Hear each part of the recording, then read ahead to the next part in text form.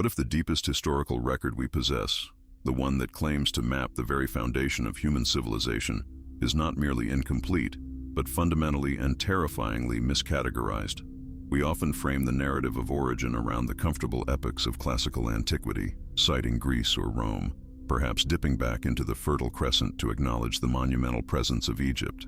Yet, far earlier than the pyramids, before the first Athenian philosopher debated on a paved street, lay a different kind of beginning, one etched not in stone monuments, but inscribed on unassuming clay tablets from a land known as Mesopotamia, the heart of Sumer. This place, the undisputed cradle of organized human society, holds a document whose silence speaks louder than all the subsequent libraries of the world combined. It is a record that, when read without the filters of modern skepticism, threatens to unravel the entire fabric of our conventional understanding of ourselves. The Sumerian King List. Imagine, for a moment, standing in the presence of these tablets, these cylinders of hardened clay inscribed with cuneiform script, the world's oldest written language. This is not mythology penned as poetry.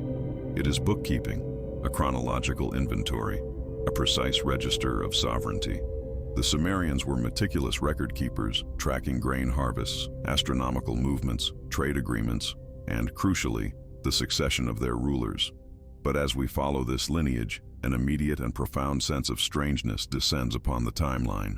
The list begins, cold and precise, stating where the kingship first resided after it had, as the text explicitly states, come down from heaven. It names the first city, Eridu, and the first ruler, Alulim. And then it assigns him a reign of 28,800 years. This is the point where the conventional historian usually clears their throat, murmuring phrases like mythological cycles, hyperbolic exaggeration, or misinterpretation of numerical systems. They quickly attempt to rationalize the data, folding it neatly back into the safety of metaphor. But what if we refuse, just for a moment, to perform this intellectual triage? What if we accept the document's own inherent claim to historical accuracy? The list continues, detailing 7 or 8 successive rulers, each presiding over colossal, almost unimaginable stretches of time, reigns that extend into the tens of thousands of years. We are presented with 8 antediluvian kings ruling over 5 cities, whose collective tenure totals nearly 250,000 years. This is not a slight anomaly. It is an absolute negation of everything we believe about the lifespan of Homo sapiens and the time frame necessary for the rise and fall of political power. The text itself provides a stark, dramatic demarcation point for this chronological absurdity. After these seemingly immortal reigns, the King List simply states, "Then the flood swept over." The clarity of this statement is striking. It aligns, loosely or specifically, with nearly every great foundational myth of destruction across the globe, from the Epic of Gilgamesh, which originated in this very land, to the later accounts in the Abrahamic traditions. But the list does not stop there. It resets. Following the cataclysmic event, the text continues, naming the subsequent rulers, beginning in the city of Kish. And here is the truly unnerving part. After the flood, the reigns become normalized. Kings rule for decades, 50 years, occasionally a century, but the impossible lifespans vanish entirely. The King List divides history into 2 distinct, fundamentally different eras, the age of hyperlongevity and the age of post-diluvian mortality. The inescapable question is, what mechanism dictated this sudden, radical shift in longevity and authority? What were the circumstances surrounding the King List's own admission that kingship came down from heaven? And why did the parameters of earthly rule change so dramatically after the cleansing waters had receded? This disparity, this deep fissure in the geological foundation of recorded history, demands a comprehensive re-evaluation of who these first rulers were, and perhaps more importantly, what they were. If this foundational record, meticulously maintained by the people who invented writing, is true to its word, what does it imply about the nature of sovereignty and our own ancestry? Pause for a moment and consider the weight of that implication. If you feel this history echoes in the deep chambers of your own vestigial memory, perhaps share a thought below. A single word that describes the feeling of this unsettling recognition.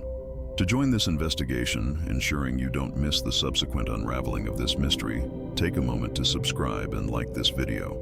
It is only through dedicated examination that we can piece together the broken shards of our forgotten past. We are not dealing here with mere folklore designed to entertain. We are dealing with a civil registry that documents a state of affairs that modern science labels impossible. These ancient chroniclers were not poets. They were functionaries recording data. Yet the data they recorded suggests an intervention, an unbroken period of governance by beings whose timescale operated on a completely different magnitude than ours. They were observers, perhaps, or custodians, certainly not men as we understand them today. To truly grapple with this record, we must abandon the tendency to interpret ancient nomenclature solely through a 21st century lens. The Sumerian word, often translated simply as God or deity, is Dingir. When this term is applied to the beings who inaugurated kingship, it carries an inherent ambiguity that Western academia often prefers to ignore. Dingir is often represented by a cuneiform sign that depicts a star, suggesting a clear connection to the celestial realm, to those who came down. Were these beings transcendent spirits, or were they highly advanced, long-lived entities who merely arrived from somewhere else? The King List offers a chronological map, but it also offers a subtle, unsettling hint about the origin of power itself. The early dynasties described in the text, those figures possessing the improbable lifespans, were the source code of civilization. They are credited not just with ruling, but with establishing the very institutions that defined Sumer: law, agriculture, organized religion, and metallurgy. They were the architects of the foundational human experience. It is within the context of these impossibly long reigns that we must seek the true identity of those described later in Sumerian texts as the Anunnaki, those who, by definition, came down from the heavens to earth. If these colossal time spans were not metaphors for slow, dynastic changes, but literal accounts of incredibly long-lived individuals, we must consider the possibility that the earliest rulers of mankind were not human, but merely proxies for non-human observers whose primary concern was the implementation of a specific, predetermined structure upon a nascent planetary civilization. They established a system, installed the necessary social operating environment, and then, after the catastrophic upheaval of the flood, they appear to have withdrawn, leaving their system in the hands of mortal descendants, whose diminished lifespans reflected a newly instituted, perhaps less direct, form of governance. The memory of their presence, however, persisted, documented in the clinical, unnerving precision of the King List. This shift, from thousands of years to mere decades, is the ghost in the machine of history. It hints at a cycle, a pattern of return and recession. Why record the names and years with such fidelity if the entire preceding section was merely metaphorical noise? The sheer improbity of the numbers demands that we take the Sumerians at their word, not because it conforms to our current historical model, but because it challenges it so utterly. They were recording a history that transcended the human timeline, a history that belonged to the others, who oversaw the initial burst of culture and complexity. To look upon the Sumerian King List is to peer into the silent abyss before memory, before the comforting narrative of linear human progress begins. It forces us to ask, if our history begins not with simple hunter-gatherers slowly evolving their complexity, but with advanced, long-lived rulers providing an instantaneous jumpstart, then what exactly are we?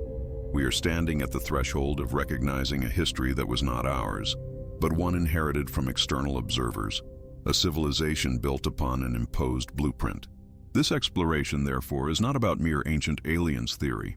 It is about respecting the primary historical source itself and confronting the implications of its literal meaning.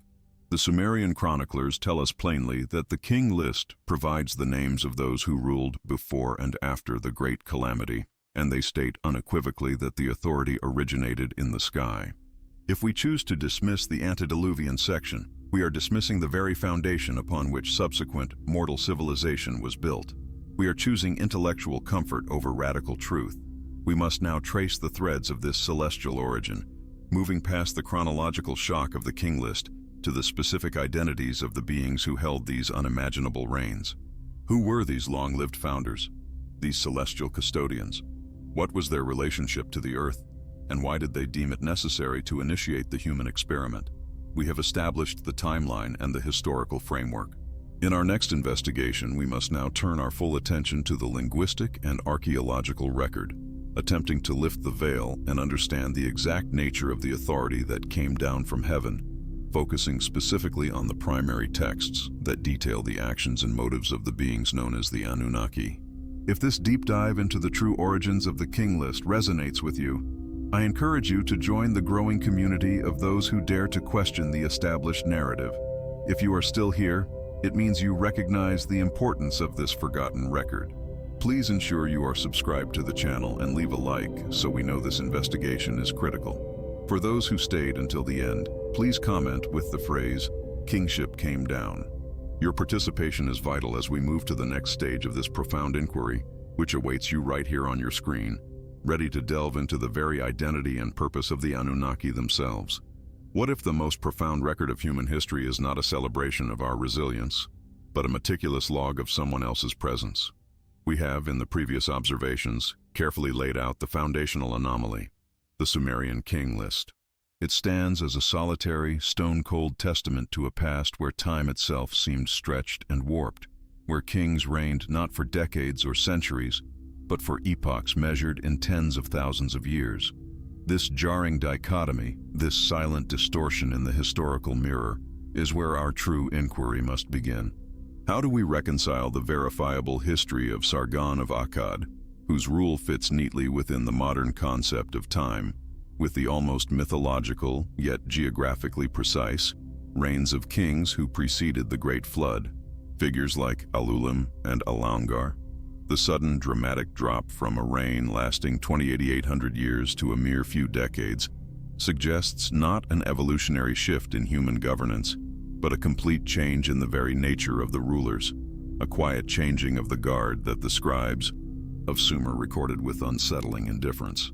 This realization is profoundly destabilizing, forcing us to ask, were these early eras merely exaggerated myth cycles, the primal dreams of a burgeoning civilization attempting to lend grandeur to its origins?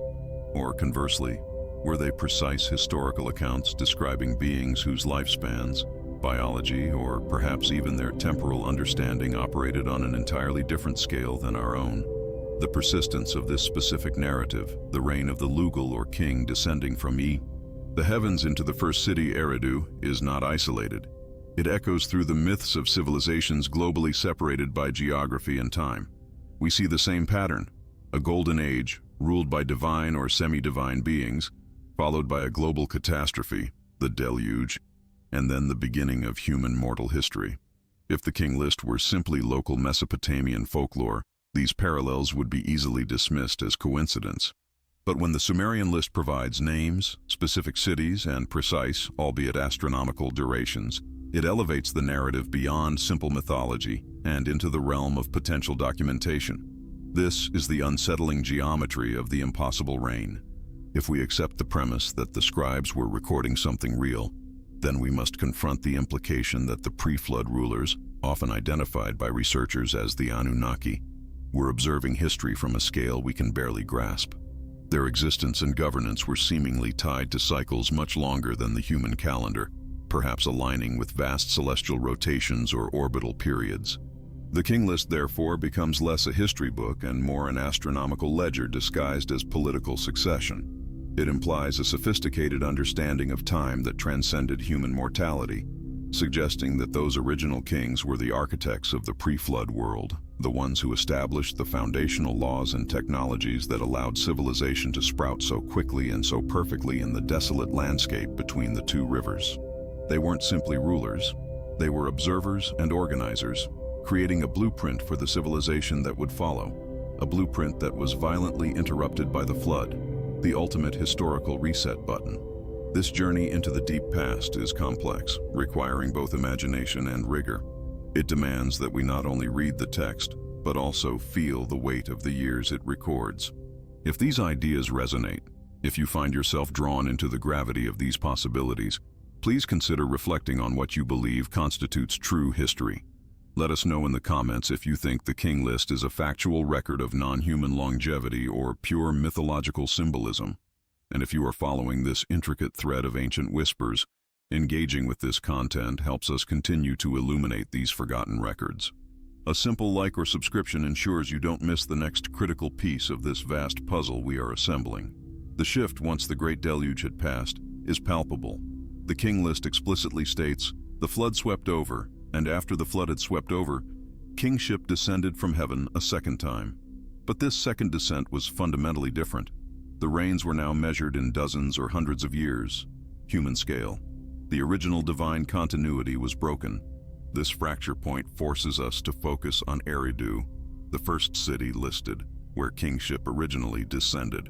Eridu, located near the Persian Gulf, was associated with the god Enki, often depicted as the one who brought knowledge, the patron of crafts, water, and wisdom. This is where the concept of the me becomes crucial. The me were essentially the divine decrees, the foundational building blocks of civilization, the laws, arts, sciences, and societal structures. These were allegedly transferred from the long-reigning pre-flood entities to humanity. The King List, by carefully noting the origin of kingship in Eridu, is implicitly recording the moment the Anunnaki established their foundational outpost and the transfer of civilization's code, a code that subsequent human kings merely inherited and maintained. This wasn't merely a political appointment. It was the installation of a governance system designed to endure long after the original architects had left. Yet the question remains, why did they leave? This leads us to the unsettling concept of the Watchers and the Interregnum. Parallel texts, especially those concerning the Igigi, the lower rank of celestial beings often grouped with the Anunnaki, hint at conflict, dissatisfaction, and perhaps even forbidden intervention in human affairs. The very idea of the Anunnaki being the Watchers implies that their role was supervisory, not merely developmental. They were observing an experiment. The Great Flood might not have been a random meteorological event, but a deliberate catastrophic pruning, a response to the perceived failure or corruption of the initial blueprint. The King List's clear demarcation line, pre-flood, post-flood, serves as the boundary between two fundamentally different types of existence. The pre-flood kings were the architects.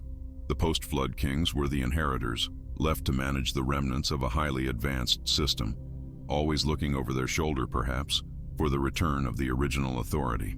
This creates a deep sense of unease, suggesting that early human civilization was fundamentally dependent, and its subsequent history might be viewed as an ongoing interregnum, a placeholder regime. This cyclical pattern of descent, intervention, destruction, and return is perhaps explained by a factor greater than earthly politics, the shadow of Nibiru. Though often dismissed by mainstream archaeology, the cosmological framework proposed by some researchers suggests that the Anunnaki's long reigns were intrinsically linked to the orbit of a yet-to-be fully recognized celestial body. If their home planet, sometimes theorized as Nibiru, operates on a massive elliptical orbit, the times of their highest influence on Earth, their descents recorded in the King List, would correspond to the periods when this planet was closest to ours. The 2800-year reign might not be the lifespan of a single individual, but a measurement of a single slow cycle of visitation and administration. This theory transforms the King List from a mere list of kings into a kind of astrophysical prophecy, a calendar marking the periods of maximum and minimum celestial proximity. If the cycles govern their presence, then the disappearance of the long-reigning kings is not a retreat, but merely a temporary departure dictated by cosmic geometry. This introduces the profound and destabilizing idea of an inevitable planned return. Do you think the cycles of history are predetermined by factors beyond our world? Comment with the word cycles if this cosmic link intrigues you.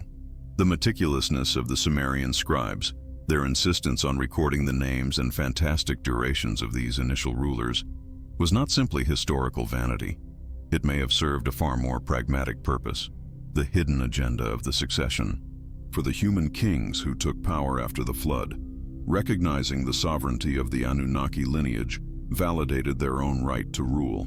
It was a legal claim, a decree that their authority was divinely sanctioned, a direct, unbroken line stemming from the original descended governance. The King List became the ultimate certificate of legitimacy, reminding every subsequent human ruler that they were merely holding the seat, managing the estate left behind by the true owners. This suggests that the legacy of the Anunnaki was not simply knowledge or civilization, but a vested interest in the planet itself, creating an inherent tension between human autonomy and divine heritage.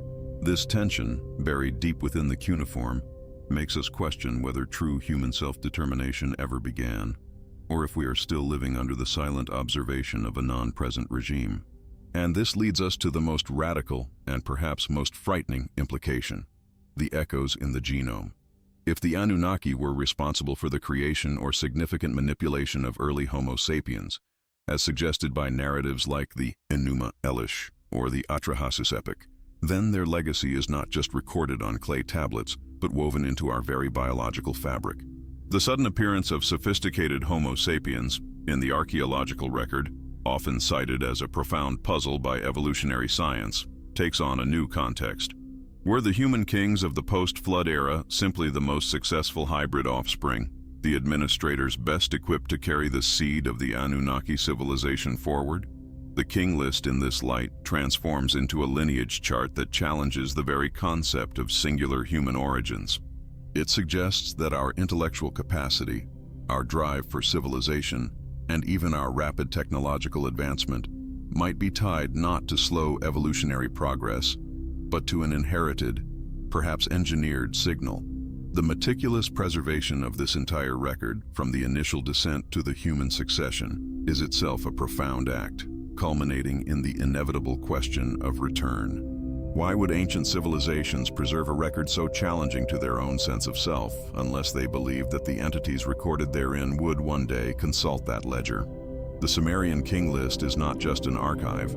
It is a communication, a map left behind for future generations, possibly a warning, or perhaps even a beacon. It suggests that the history we accept, linear, progressive, and exclusively human, is only the latest chapter in a much older, much grander saga tied to cycles of intervention and withdrawal. The cyclical nature of their presence, defined by time frames that mock our own fleeting mortality, implies that their current absence is merely temporary. And as we continue to investigate the details of their existence, the nature of their long reigns, and the precise moment they handed power over, we are inevitably forced to contemplate what signal, what sign, what alignment might usher in the next great transition, the moment when the ancient rulers return to reclaim the historical narrative they meticulously cataloged millennia ago. If this deep dive into the cycles, the watchers, and the biological echoes of the past resonates with you, if you feel the same intellectual hunger for the truth buried beneath the sands of time, then you are exactly where you need to be. We are just scratching the surface of this profound record, and your continued engagement fuels this entire investigation. If you have stayed with us through this unsettling journey, through the silent records of the pre-flood world and the cosmic geometry of their reign, you understand that this is more than just history. It is a vital exploration of our deepest origins. To ensure you don't miss the next stage of this inquiry, where we analyze the specific names and roles of the chief Anunnaki deities, Enki and Enlil, and their conflict over humanity, please subscribe to the channel now. Like this video to help others discover this hidden chapter of history, and comment below with the specific phrase, "The King List is the map." This simple act reinforces our commitment to uncovering these truths. On your screen now, you will find the next part of this investigation, Part 3, waiting for you to continue the journey into the profound challenge posed by the Sumerian King List. The answers are recorded. We only need to learn how to read them. What if the very fabric of time as we perceive it is merely a tapestry woven over a chasm of forgotten epochs? We have spent time examining the rigid linearity of history, the comfort of knowing that our written records stretch back only a few thousand years. Yet the Sumerian King List demands a far deeper, more unsettling gaze into the abyss before the Great Deluge. It is in this twilight zone, where verifiable history dissolves into pure myth, that the true challenge to human origins begins to manifest itself, not as a whisper, but as a deafening arithmetic anomaly. The list meticulously records 8 antediluvian kings, figures whose very existence defies not only our current anthropological timelines, but the accepted duration of the human species on this planet. Their reigns are measured in units that modern scholarship struggles to reconcile. The SARS, vast spans of time that stretch into the tens of thousands of years for a single individual. When we calculate the total duration attributed to this initial dynasty, the figures are staggering. 241,200 years of rule, collectively concentrated in just 8 individuals, before the waters swept clean the slate of civilization. How can the same historical document, transcribed onto delicate clay, transition seamlessly from cataloging lifetimes measured in increments that suggest celestial beings or impossibly long-lived sovereigns, to listing subsequent kings whose reigns are measured in familiar decades or centuries? The jarring nature of this transition is not a mere scribal error. It is the central riddle that defines the King List. It is the moment history shifts from the divine to the human, suggesting that the torch of power, or perhaps the burden of governance, was forcibly passed down during a cosmic catastrophe. To accept the list requires us to recognize that the initial rulers were fundamentally different from those who followed. They were the architects of dust, the original founders whose longevity suggests a species or entity operating on a biological clock completely alien to our own, or perhaps even immortal, merely occupying terrestrial space for predetermined astronomical cycles. The list names the first city, Eridu, ruled by the king Alulim, who supposedly reigned for 28,800 years. Eridu itself is no myth.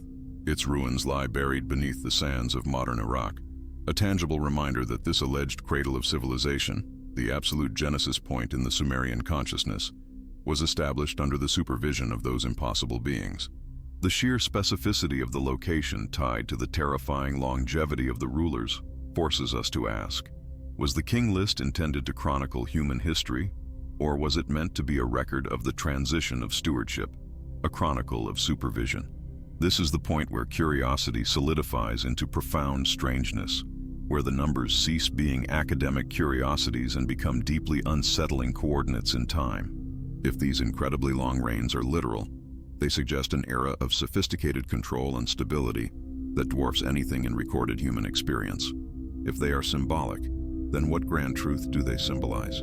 Perhaps they represent the length of a specific celestial cycle that governed the presence of these entities, or the duration of their direct influence before they withdrew, leaving behind a nascent, less robust human civilization to fumble with the rudimentary tools they had been taught.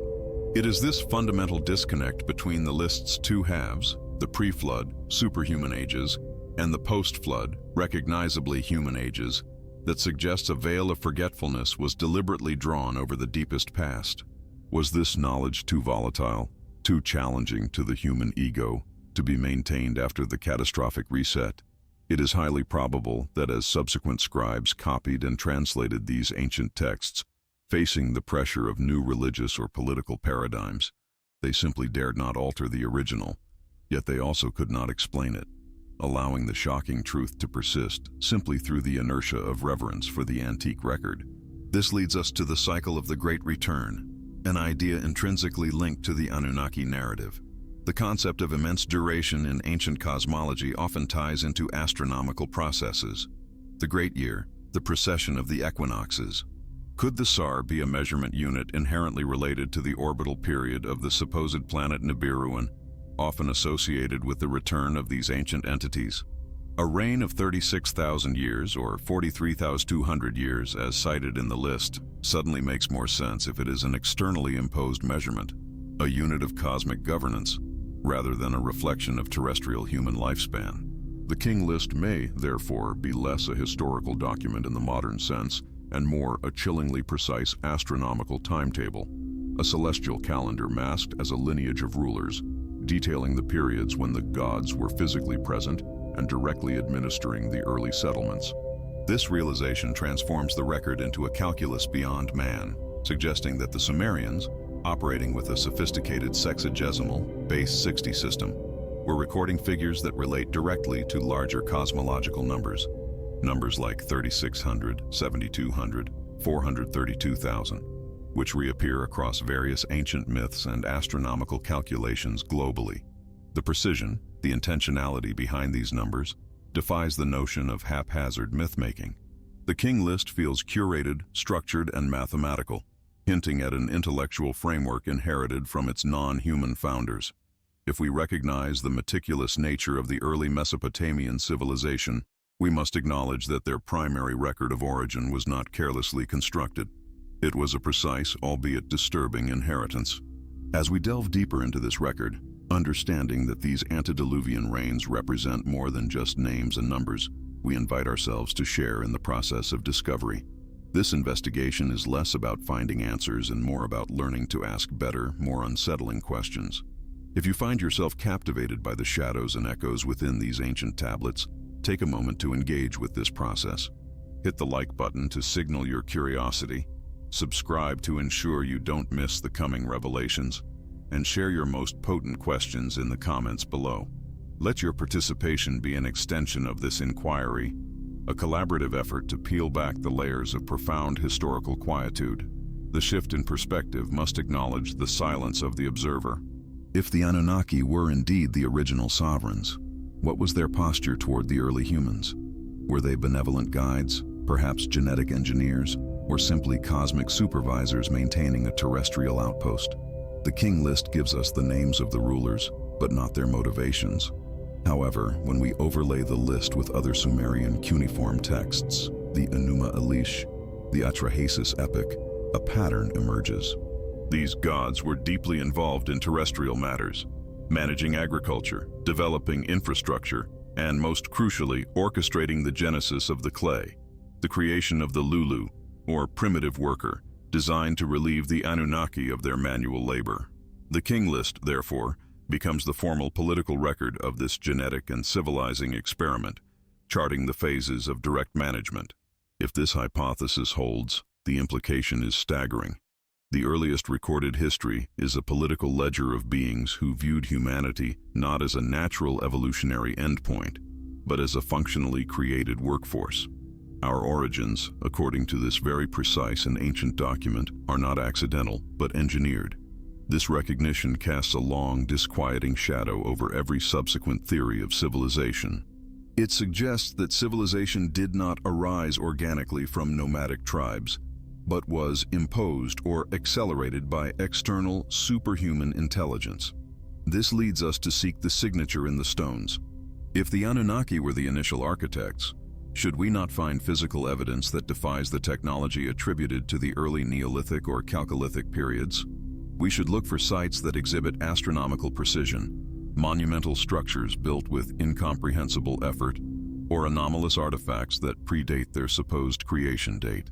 The precision required to run a civilization for 241,200 years, as the list suggests, necessitates a mastery of engineering and resource management that goes far beyond simple mud brick architecture. While Eridu and other early sites show the expected progression of human development, the context of the list suggests there might be deeper, obscured layers that hold the true architectural legacy of those antediluvian supervisors. Massive foundations, perhaps, buried too deep to be easily excavated, or obscured by the mud left behind by the Great Flood. The sheer weight of the inherited past presses down upon us when we contemplate this record.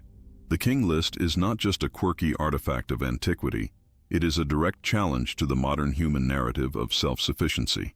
It posits that our civilization is not an autonomous creation, but an inheritance, a legacy bestowed upon us by incredibly powerful, long-lived, and perhaps demanding predecessors.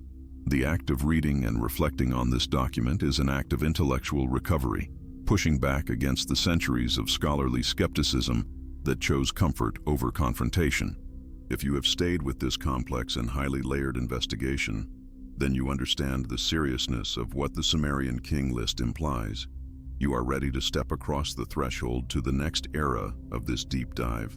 The narrative demands that we move beyond the collective enigma of the antediluvian kings and begin to isolate the specific identities and roles of the Anunnaki themselves. Who were the key players? What were the titles they held, and what specific technological or intellectual gifts did they impart upon nascent humanity? These were not abstract concepts. They were individuals with names like Enlil, Enki, and Ninhursag, figures who oversaw the creation of the Lulu and fought among themselves, leading ultimately to the chaos that necessitated the Great Flood. The next phase of our journey requires an even sharper focus, examining the direct implications of these specific divine names on the trajectory of early human history and mythology. It is time to dissect the personalities and the political structure of the beings who once held the reins of our planet. The King List gave us the timeline. Now we must populate that timeline with the beings who define our controversial origins. If you have been captivated by the secrets held within these ancient accounts, If the implications of the King List have stirred a sense of profound possibility within you, then ensure you are subscribed to the channel. Press the like button right now to validate the time and effort invested in uncovering these forgotten records. And as we prepare to name the gods themselves, comment below with the phrase, "The Calculus of Kings," to signify your commitment to seeing this investigation through. Now, prepare yourself, because the next installment will plunge into the specific machinations and conflicts of the Anunnaki pantheon, revealing how their drama became the blueprint for the entire human experience. Click on the next video appearing on your screen now to continue this exploration into a history that should not exist. Was it the measurement of time that was fundamentally flawed? Or was it the inherent fragility of the human memory, designed perhaps to forget anything that transcended the scope of a single lifespan? This is the silent, pervasive question that hangs over the fragmented clay tablets of the Sumerian King List, an unsettling echo vibrating through the millennia. We have accounted for the numbers, the nearly unbelievable spans of tens of thousands of years attributed to the 8 antediluvian rulers, and we have noted the geographical shift following the deluge. But understanding the meaning embedded in those durations requires more than arithmetic. It demands a conceptual leap, forcing us to consider that the very fabric of existence, as perceived by these ancient chroniclers, operated on parameters entirely alien to our modern, accelerated understanding. The first act of our inquiry, the initial recognition of the King List's defiance, leads us directly into the contemplation of the silence of deep time. Imagine for a moment the sheer, crushing weight of a reign lasting 43,200 years. If we were to accept this as literal human lifespan, it violates every known law of terrestrial biology. If we dismiss it entirely as mythological hyperbole, we risk discarding the one element the Sumerians went to the trouble of recording with such meticulous, if confusing, precision. The silence is not merely an absence of records. It is the deliberate omission of explanation regarding how such longevity was achieved or sustained. It suggests that the chroniclers themselves, separated from that pre-Diluvian age by the overwhelming trauma of the flood, viewed those early epochs as fundamentally different. A golden yet terrifyingly vast era where time was measured not in generations, but in cosmic cycles. This estrangement sets the stage for a critical realization. The list is not a historical log in the way we understand history. It is a cosmological map disguised as an earthly census. This leads us into the Great Calibration. Why 43,200 years? Why 36,000? These numbers often resolve into multiples of the SAR, 3600, a unit deeply significant in Mesopotamian astronomy, linked potentially to the orbit or cycle of a celestial body or event, perhaps the very return cycle of the enigmatic Nibiru, as posited by some fringe theories. If the Anunnaki were indeed tied to cycles of 3,600 years, then the reigns listed might not be the lifespans of individual kings, but rather the duration of specific administrations or monitoring periods managed by these non-human entities. This interpretation shifts the narrative from impossible biology to sophisticated, non-terrestrial chronology. It suggests that when the tablets state King X ruled for Y years, they are communicating that during that period, the administrative structure established by the gods remained constant. The human king was merely the terrestrial interface, the temporary face of an overarching long-term directive. The implications of this calibration are deeply unsettling, suggesting our history might be synchronized to an external, unseen rhythm. If this idea of cosmic synchronization resonates with you, if the thought of time being cyclical rather than linear feels right, perhaps you should pause for a moment and consider sharing your thoughts below. What unit of time do you think the ancients were truly measuring? Your engagement helps us collectively piece together this profound puzzle, transforming this investigation from a monologue into a shared journey of recognition. Please take a moment to like this part of our journey and subscribe to ensure you don't miss the next critical piece of evidence we uncover. Continuing our examination, we arrive at the echo of the Eridu Genesis. The King List is intrinsically linked to the Great Flood narratives. The list explicitly names the cities where kingship descended, concluding with Shuruppak, where the final pre-Diluvian ruler, Ubaratutu, reigned before the waters swept over the land. The subsequent reign, commencing in Kish, features drastically shortened lifespans. This break is the catastrophic anchor of Sumerian memory. It signifies not just geological trauma, but the fundamental reordering of the relationship between Earth and those who governed it. The flood, in this context, becomes the Great Reset, an act of cosmic governance. But what necessitates a reset of such magnitude? If the Anunnaki were truly administrative forces, were they punishing humanity? Or were they correcting a flawed experiment?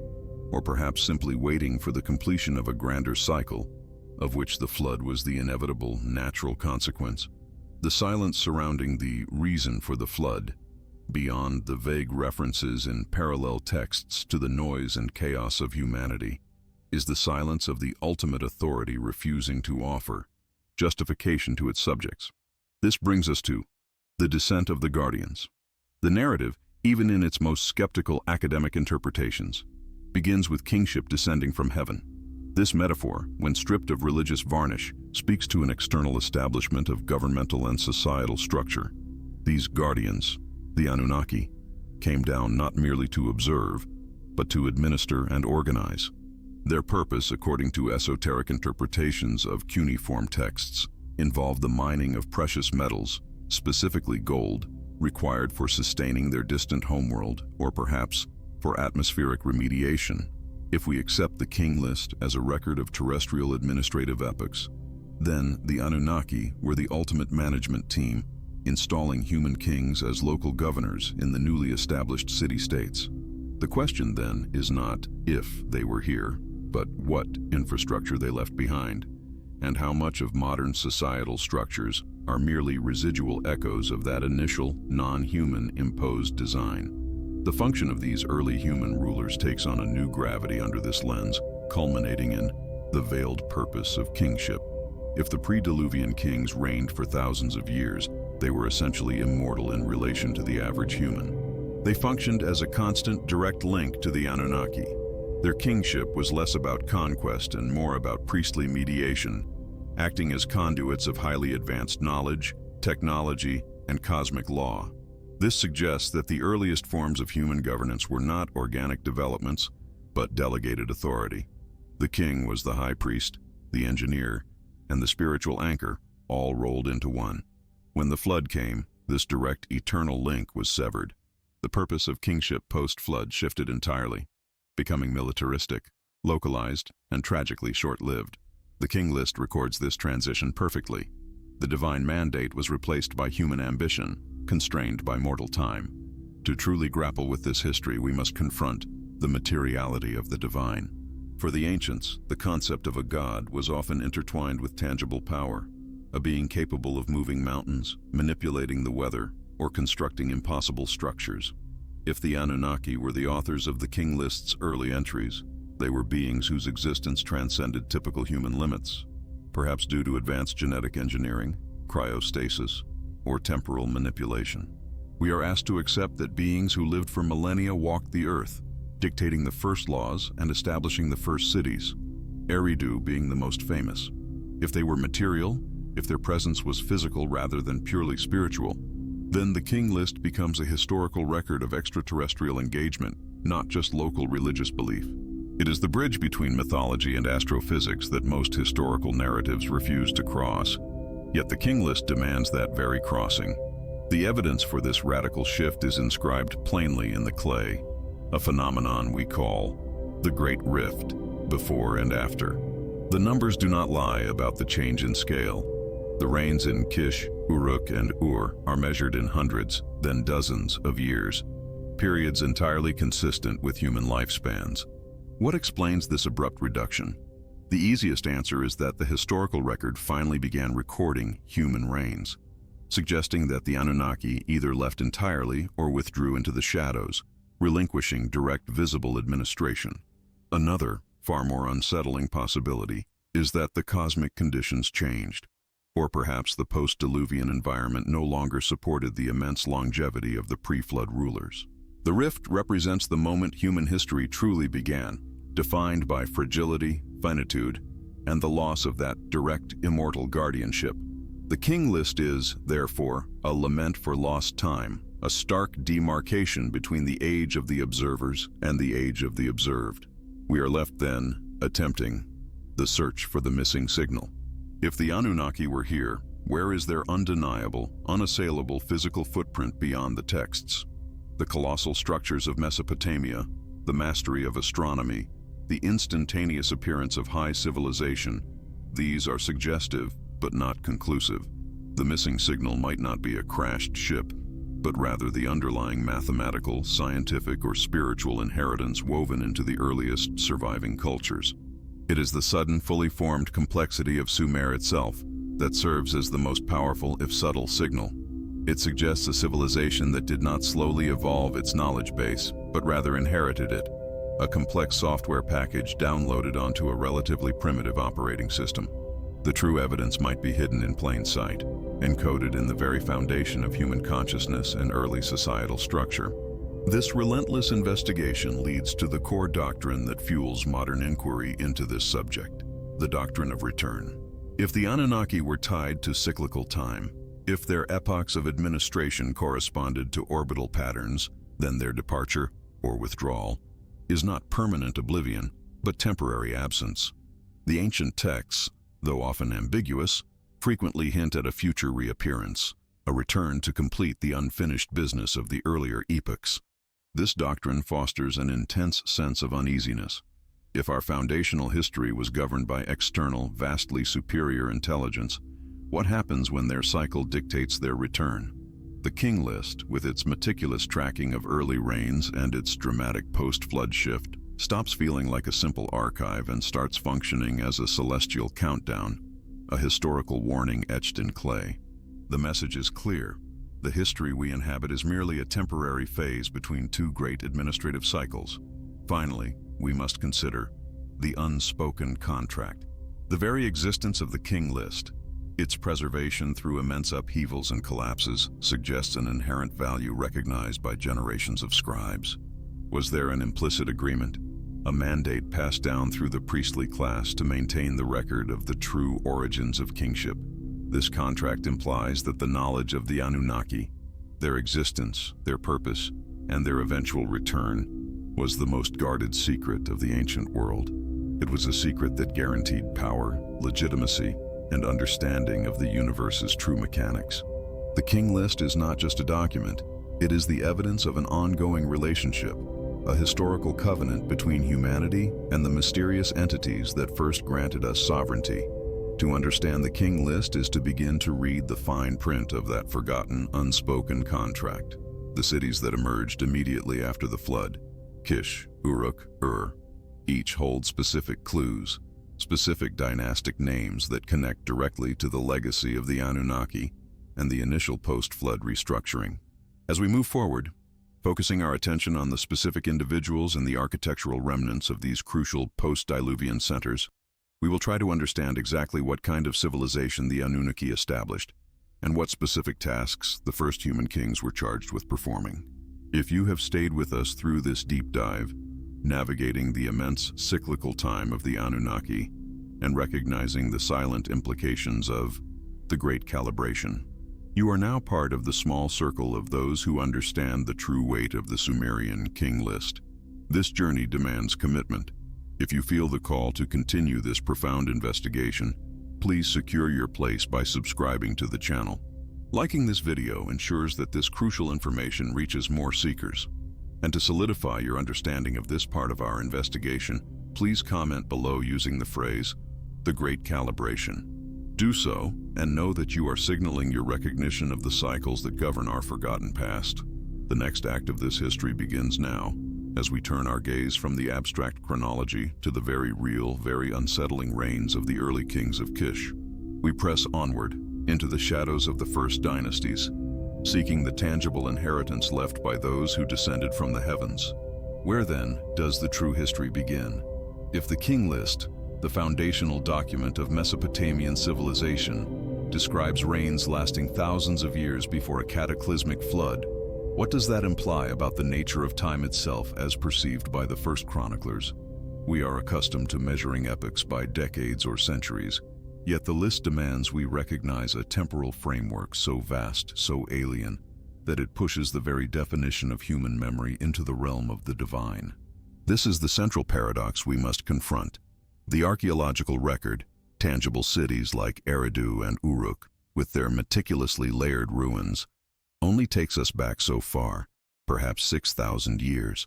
But the King List insists that before those recognizable layers, there was a profound temporal abyss ruled by entities whose lives spanned not mortal years, but Shar cycles, perhaps equivalent to 3,600 terrestrial years each. The list stands as a spectral echo across the desert of history, a profound improbability etched in clay.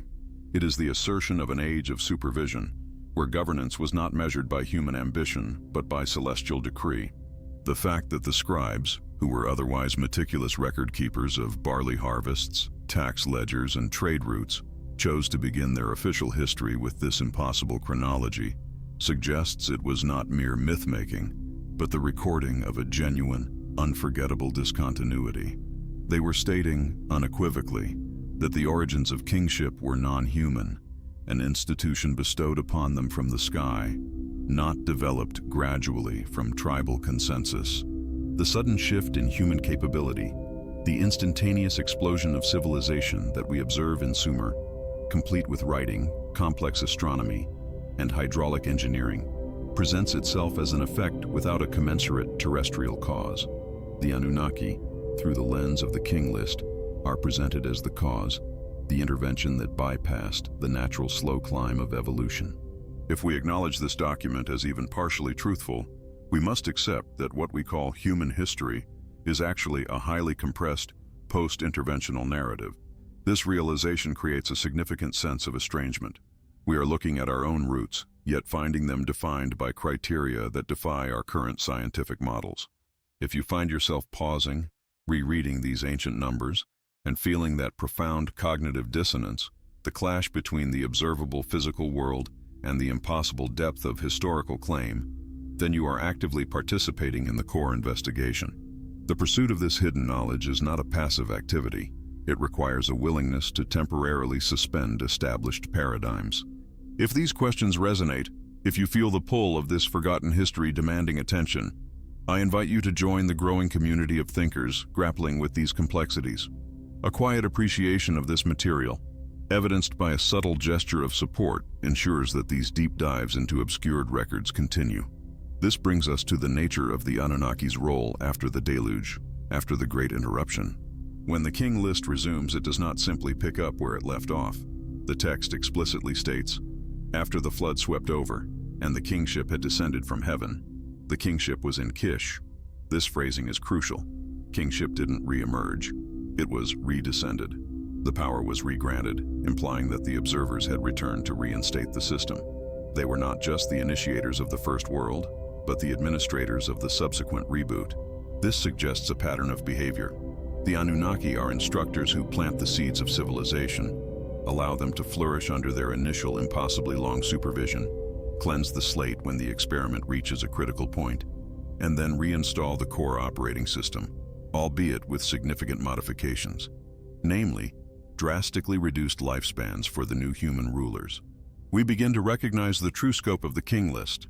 It is less a record of human triumph and more a meticulously kept log of external control.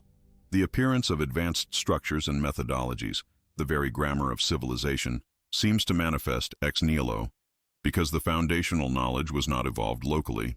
It was imported and deployed, a complete technological and social package delivered ready-made to the post-flood civilization. The numbers themselves hold an unsettling key to the rhythm of this external administration. Why 432,000 years for the pre-flood dynasty? This seemingly arbitrary, gigantic figure is deeply unsettling until we look at the cosmic cycles that govern our sky.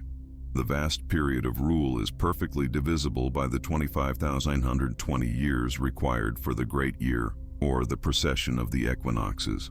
The 432,000 years equals exactly 16 2/3 precessional cycles. This cannot be accidental. It transforms the King List from a fantastical myth into a calculated astronomical map, where the reigns of the first kings were measured not by their hearts beating, but by the slow, inexorable turning of the celestial sphere. It reveals a recognition on the part of the original chroniclers that the human experiment was tethered to monumental cosmic timing, confirming that the Anunnaki were operating on a timescale entirely foreign to the fleeting existence of humanity. The recognition that the foundational text of civilization is built upon a profound knowledge of astrophysics elevates the anxiety of the discovery. If they measured time in precessional cycles, they were anticipating returns, planning for events far into the future, and perhaps scheduling the inevitable. This intentional temporal patterning leads us directly to the inquietude of the signal. If the King List outlines the first complete cycle, culminating in a cataclysmic reset, the flood, then it serves as a silent prophecy for future cycles. Every rise and fall, every technological peak achieved by subsequent human civilizations might merely be a repetition of a pattern established millennia ago. The signal is not necessarily a sudden external event, but the reaching of a predetermined state of technological or moral complexity, a self-terminating program triggered when humanity approaches a threshold deemed dangerous or unsuitable by its celestial overseers.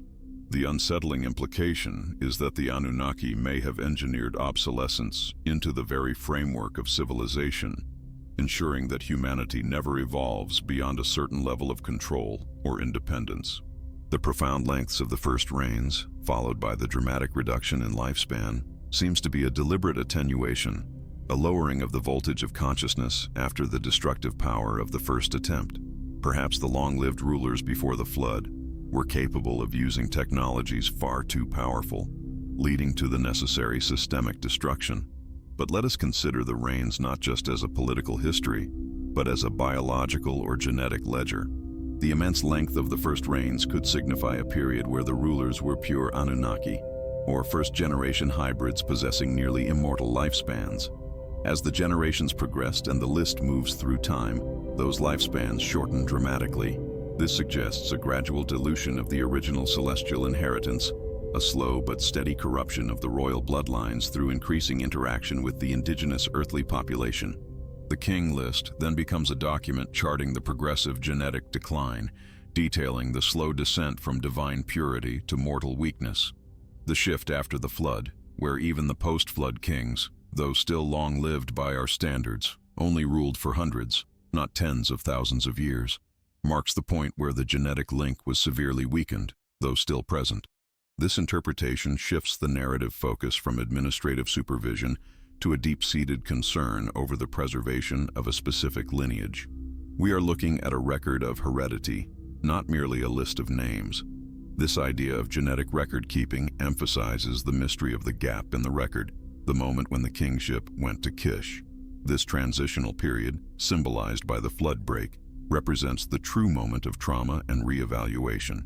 While the Anunnaki provided the knowledge of writing and astronomy after the reset, the actual process of restarting the political machine was deeply fractured.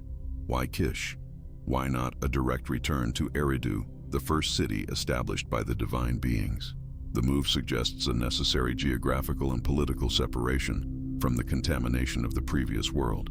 The list's swift and determined resumption, however, emphasizes the immediate priority of the observers, the reinstatement of a hierarchical system. The list itself is the bridge between the impossible time and the plausible time, acting as a historical anchor ensuring that the memory of the original architects, the original owners of the planet, was never fully erased. If we look beyond Sumer, we see parallels that reinforce the cyclical, pre-programmed nature of this reality. The concept of the flood and subsequent reset is universal, repeated across nearly every ancient culture, from the Hindu cycles of the yugas, which describe an eternal decline and renewal, to the Mayan long count, which charts the end of vast temporal ages. What makes the Sumerian King List unique is its administrative rigor. It assigns specific names and precise, if fantastic, numbers to this universal phenomenon. It functions as the ultimate governmental report on the process of cyclical destruction and renewal.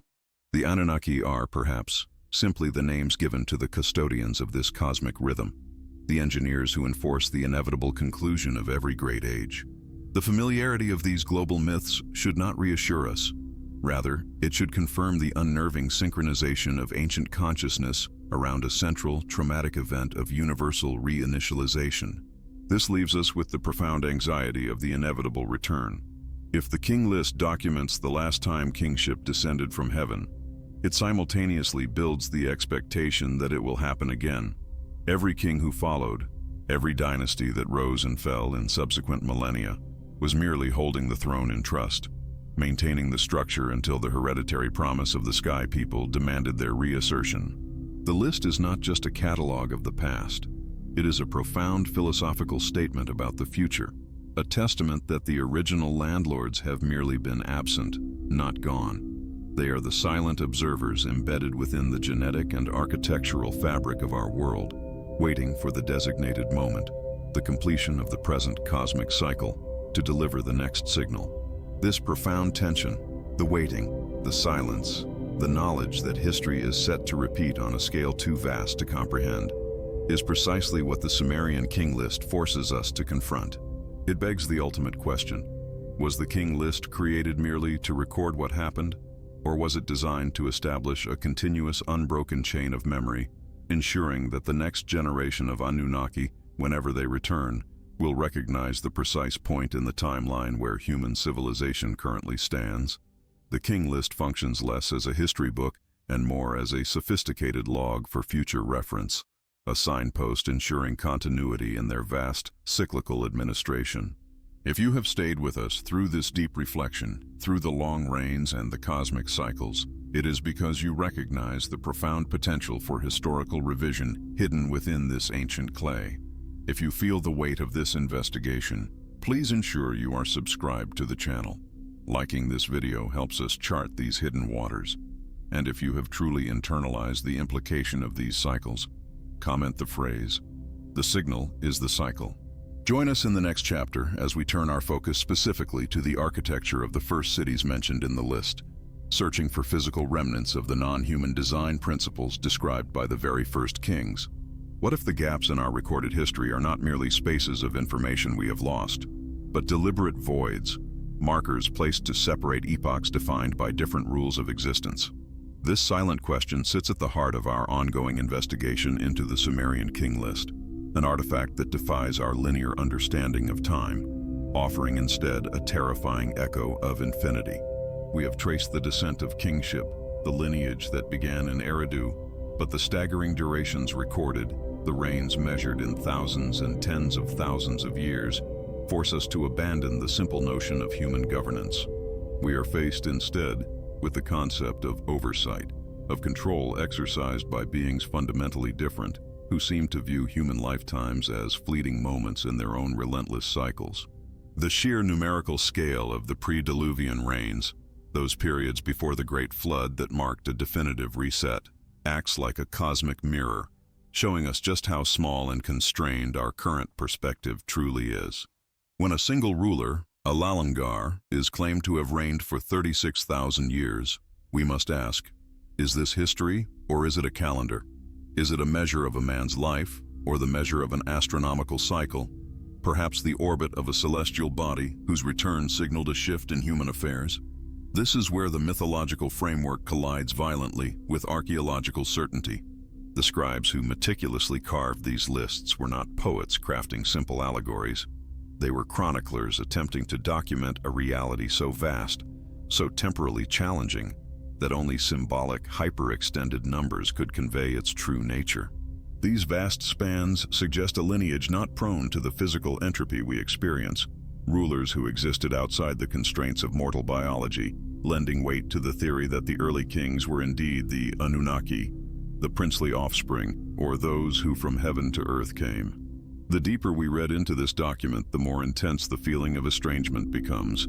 Our intellectual discomfort stems from the King List demanding we accept that civilization itself was not a purely autochthonous human invention, rising slowly from the mud of Mesopotamia, but a carefully implemented project. If these beings were here for specific, protracted missions, their long reign periods make perfect sense. They signify the duration of a specific observation, a period of instruction, or perhaps a continuous extraction. The shift that occurs post-flood, when the rains suddenly and dramatically drop to historically plausible lengths of decades, not millennia, is the crucial transition. It marks the moment when direct celestial oversight appears to have retreated, delegating power to human proxies, perhaps hybridized descendants who still carried the genetic memory, or even the physical mark of their former rulers. But even then, the memory of those who ruled for epochs remained, cemented into the very foundation of Sumerian thought, architecture, and religious practice. To truly grapple with this reality, we must allow ourselves to recognize the unsettling possibility that the Anunnaki were not merely distant gods demanding worship, but a physical, technologically superior, and intensely long-lived form of life that utilized Earth for resources, strategic positioning, or perhaps genetic experimentation. This recognition is not an act of blind faith, but a deduction drawn directly from the persistent, detailed, and historically anchored nature of the Mesopotamian record. If you are finding yourself unsettled by the implications of a history spanning hundreds of thousands of years, a history where humanity served a role we are only beginning to decipher, I invite you to pause and consider the possibility. To understand the full sweep of this forgotten narrative, deep attention is required. Please ensure you are subscribed and engaged with this path of investigation. Your focus helps illuminate the darkness of this ancient record. Press the like button. If this vision of cyclical time and celestial intervention resonates with your own historical curiosity, and share your thoughts in the comments below. What single artifact, beyond the King List, do you believe holds the most critical missing piece of our ancient past? We return to the numbers, to the dizzying scale of the Saroi, units of time that seem designed to induce vertigo in the mortal observer. This quantitative density is the primary psychological barrier to accepting the SKL as literal history.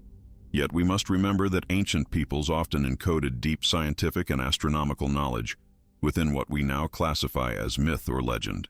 The rains that preceded the deluge, sometimes referred to as the rule before the sinking, do more than just assert longevity.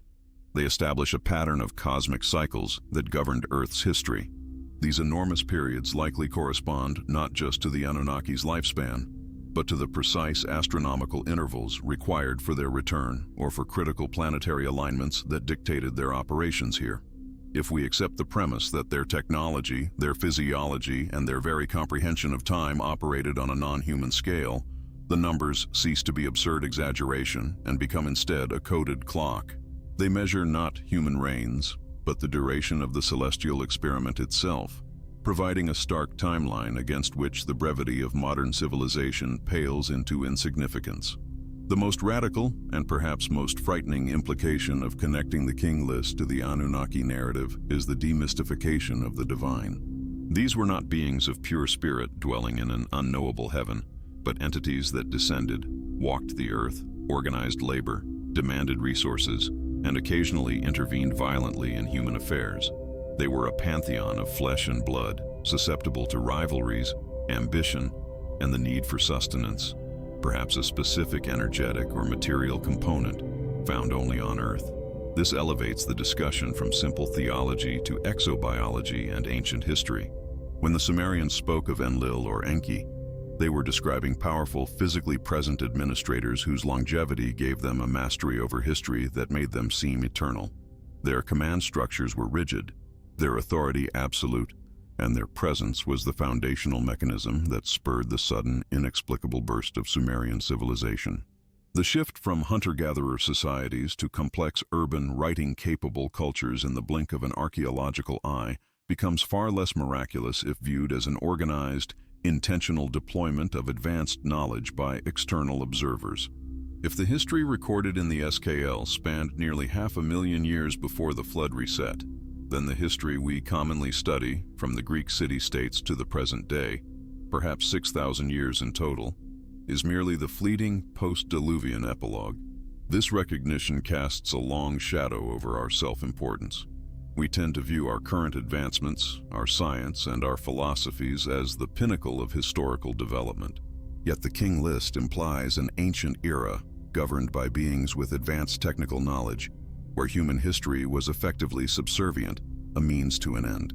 Our recorded history, the history of struggle and slow progression, is the history of the forgotten era, the time when the oversight was lifted or significantly reduced. What were the priorities, the technologies, and the scientific understandings of the 500,000 years that preceded the historical window we cherish? That immense block of time, governed by the celestial rulers, renders our current epoch an anomaly. a period defined by the absence of their direct rule and therefore inherently limited in scope and understanding. The Great Flood serves as the ultimate punctuation mark in the SKL narrative, a catastrophe so total that it acted as a cosmic reset button. It wiped clean the slate, destroying the physical evidence of the previous epoch, and crucially, initiating the Great Forgetting. This was not just a natural disaster. It was an event that conveniently obscured the immediate physical remnants of the Anunnaki operations. Why would the King List bother documenting the post-flood rains if the Anunnaki narrative was merely astronomical coding? Because the King List serves as a mnemonic device, a guarded record passed down by initiates who understood the true nature of the break. The flood created a necessary historical and psychological barrier. It allowed the new, shorter-lived human proxy kings to establish authority in a world where the celestial administrators had either retreated or significantly minimized their direct visibility. The continuity of the list, bridging the pre- and post-Diluvian worlds, is the strongest evidence we have that the chroniclers saw both periods as intrinsically linked, two acts in the same grand drama, separated by a deliberate, catastrophic interlude. The cyclical nature of time, so deeply embedded in ancient cosmological thought, gains disturbing new weight when viewed through the lens of the Anunnaki. They did not experience time as a relentless forward arrow, but as a series of repeating patterns, astronomical cycles that guaranteed their eventual return. The reigns of the Anunnaki, measured in Soroi, may align with the precise orbital cycles of Nibiru, the hypothesized planet associated with their origin. If so, their retreat after the flood was not a permanent departure, but a waiting period. This perspective transforms the concept of divine return from a hopeful religious prophecy into a scientific inevitability, an orbitally guaranteed event. This understanding breeds immense intellectual uneasiness, as it suggests that human civilization is not independently evolving towards ultimate freedom, but merely oscillating between periods of heavy oversight and periods of relative autonomy, dictated by the movement of distant celestial bodies and the agenda of advanced, long-lived architects. We must stress the material reality implied by the texts. The Anunnaki were described as builders, miners, and warriors. They needed infrastructure, landing pads, and a base of operations. The King List gives us the administrative record. The parallel Sumerian tablets, like the Atrahasis epic, give us the operational details. The arduous labor, the creation of humanity to assume the toil, and the resulting conflicts.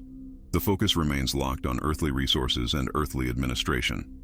If their time on Earth was governed by these vast cycles, their bases must have been designed for extreme longevity, perhaps even self-maintaining during their prolonged absence. This leads us to investigate geophysical anomalies and subterranean structures described in various global myths.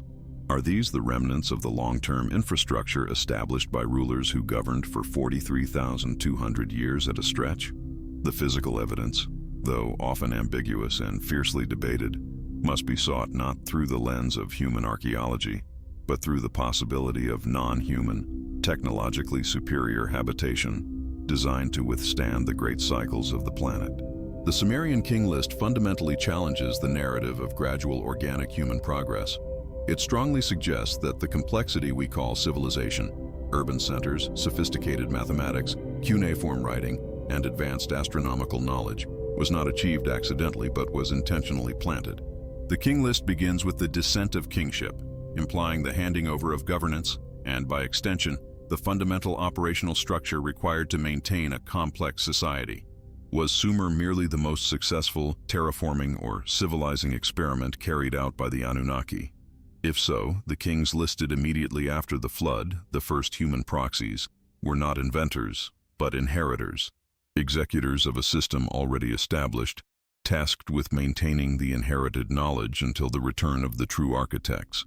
This inherited wisdom explains the sudden proficiency of Sumerian culture and the consistent references to the Mez, or divine decrees, which dictated the nature of art, law, and metallurgy. Even after the flood, and even after the rains shortened, the shadow of the celestial rulers remained. The SKL, in its very structure, acts as a subtle reminder of the ongoing observation. The later human kings understood that their authority was derivative.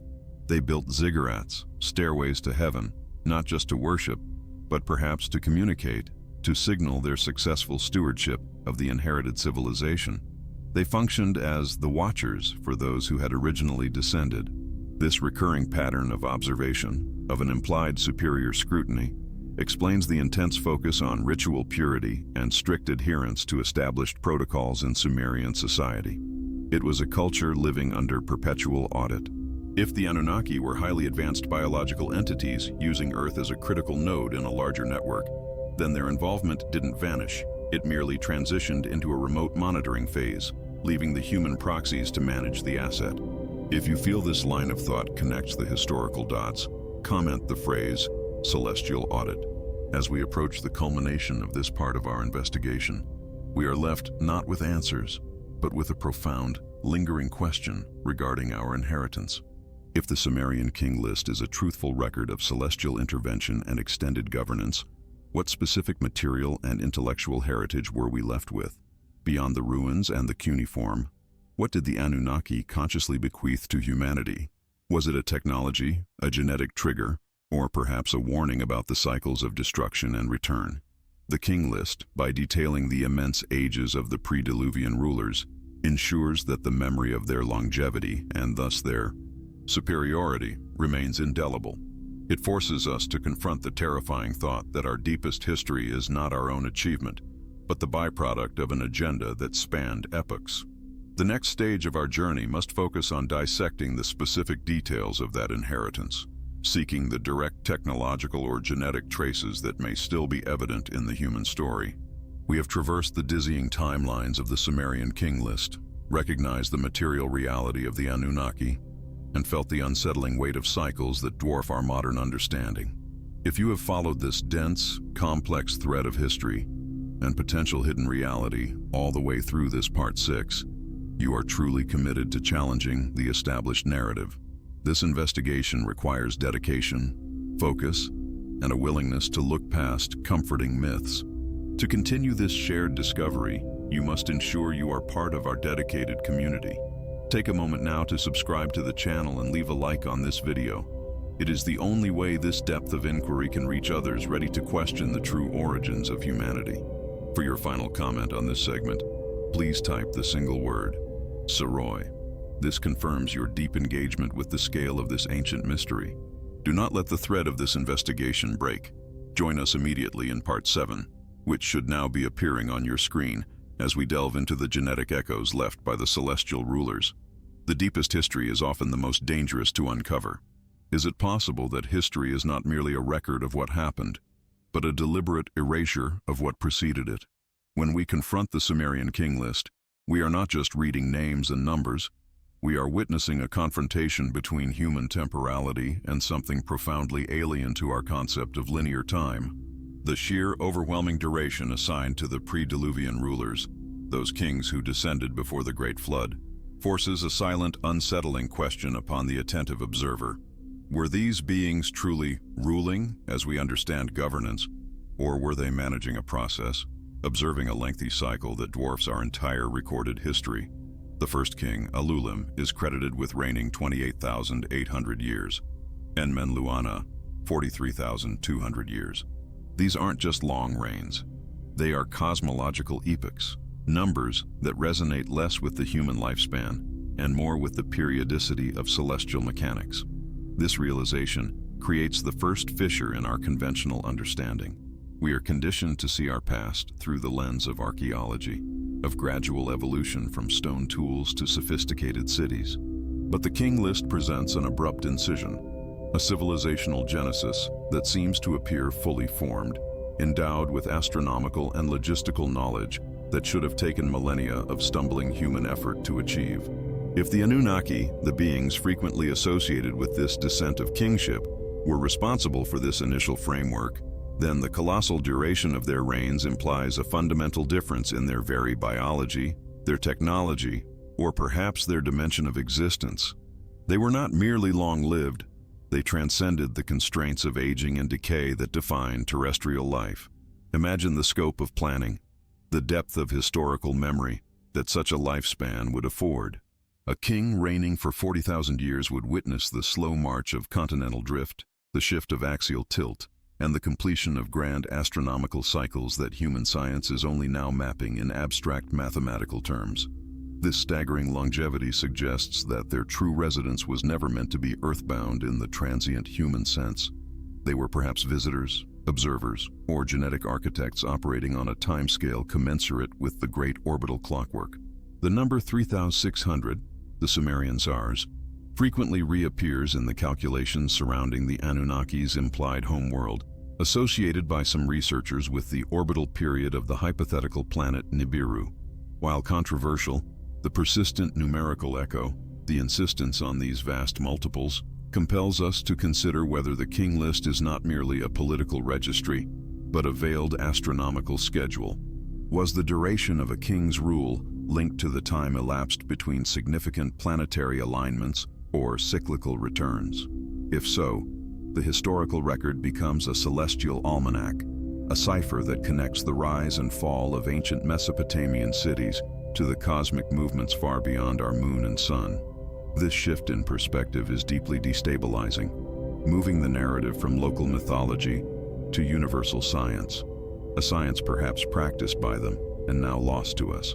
We begin to sense a profound estrangement, realizing that the builders of the very foundations of human civilization operated with goals and horizons we cannot easily grasp.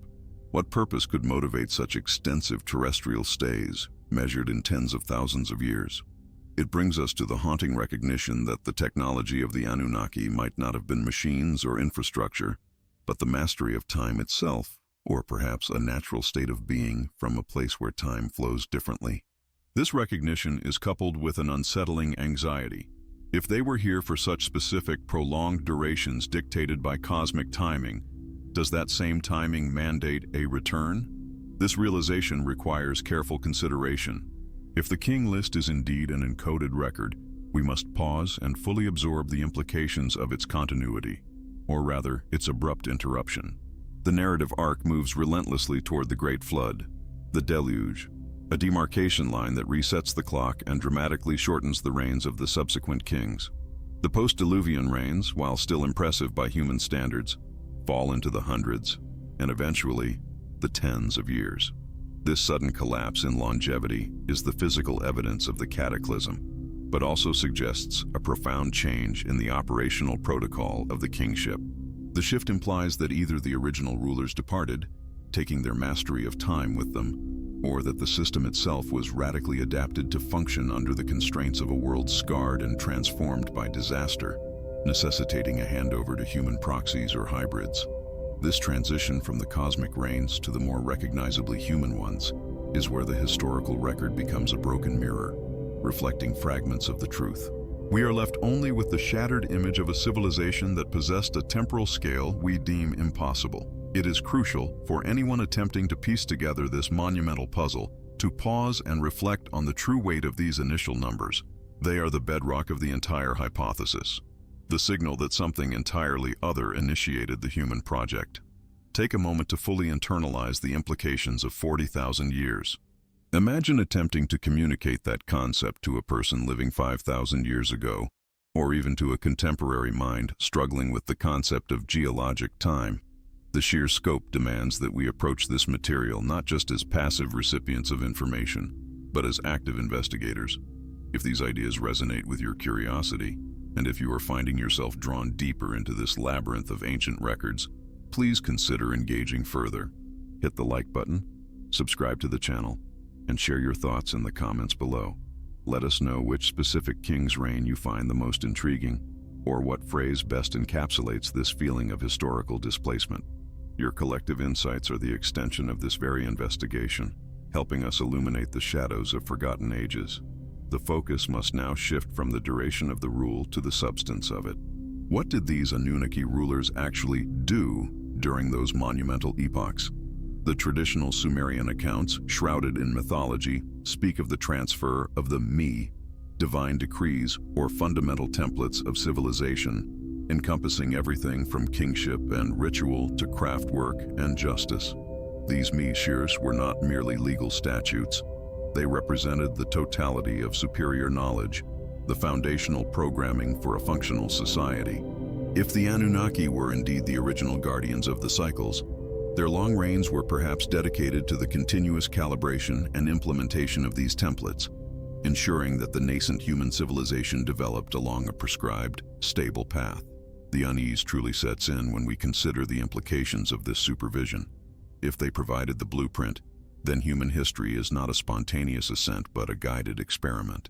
The prolonged reigns become periods of rigorous observation, where the initial designs were stress-tested over millennia. This concept of supervision aligns with the narrative fragments found across multiple cultures, the idea of celestial observers, often described as watchers, or beings who descended to monitor the progress of humanity. The King List, in its cold numerical efficiency, strips away the mythological embellishments and presents us with the raw data of their operational schedule. Why then the emphasis on architecture and infrastructure immediately following the descent? The rapid establishment of cities like Eridu, Bad Tabira, and Larak, listed as the initial seats of kingship, suggests not organic urban growth, but intentional, strategic placement. These sites, often situated near vital water sources or, intriguingly, near geological features that could facilitate specialized activities, carry the signature of superiority, a level of engineering that subsequent, purely human efforts often struggled to maintain. The megalithic constructions found globally, and especially the foundational layers of Mesopotamian ziggurats, seem to echo this initial impulse. Build large, build precisely, and build for endurance that mirrors the vast lifespans of the architects themselves. The materials, the alignments, the mathematical precision, they all whisper of a knowledge base far exceeding the supposed capabilities of early dynastic Sumer.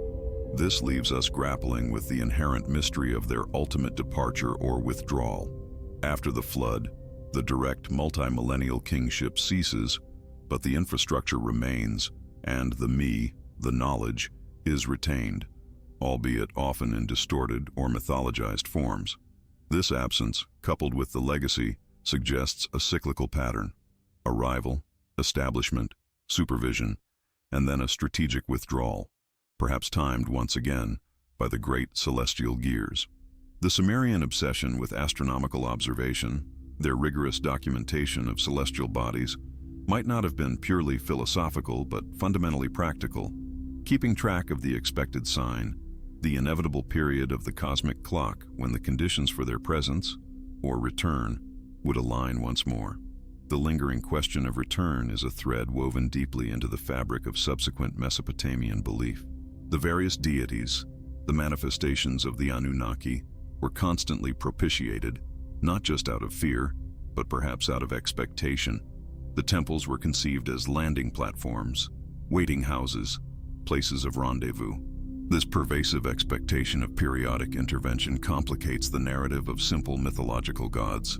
It suggests a deeply embedded understanding of their own inheritance, that they were stewards of a planet that belonged, in some sense, to those celestial travelers whose tenure was measured in SARs. The fragmentation of this narrative is perhaps the greatest tragedy of our historical amnesia. As the memory of the actual physical descent faded, the Anunnaki transformed from highly advanced, long-lived biological entities into purely spiritual, abstract deities, blurring the line between technology and magic. Subsequent civilizations, inheriting the massive structures and the incomprehensible records, tried to fit this grand, complex reality into smaller, simpler mythological boxes. We are now attempting to reverse that process, to peel back the layers of religious dogma and find the kernel of investigative, historical truth hidden beneath the awe and reverence. The very act of reading the King List forces us to confront the fact that our immediate ancestors inherited a confusion, a powerful legacy they could neither fully replicate nor fully explain. We must learn to read the silence between the lines, the vast empty space where tens of thousands of years vanished.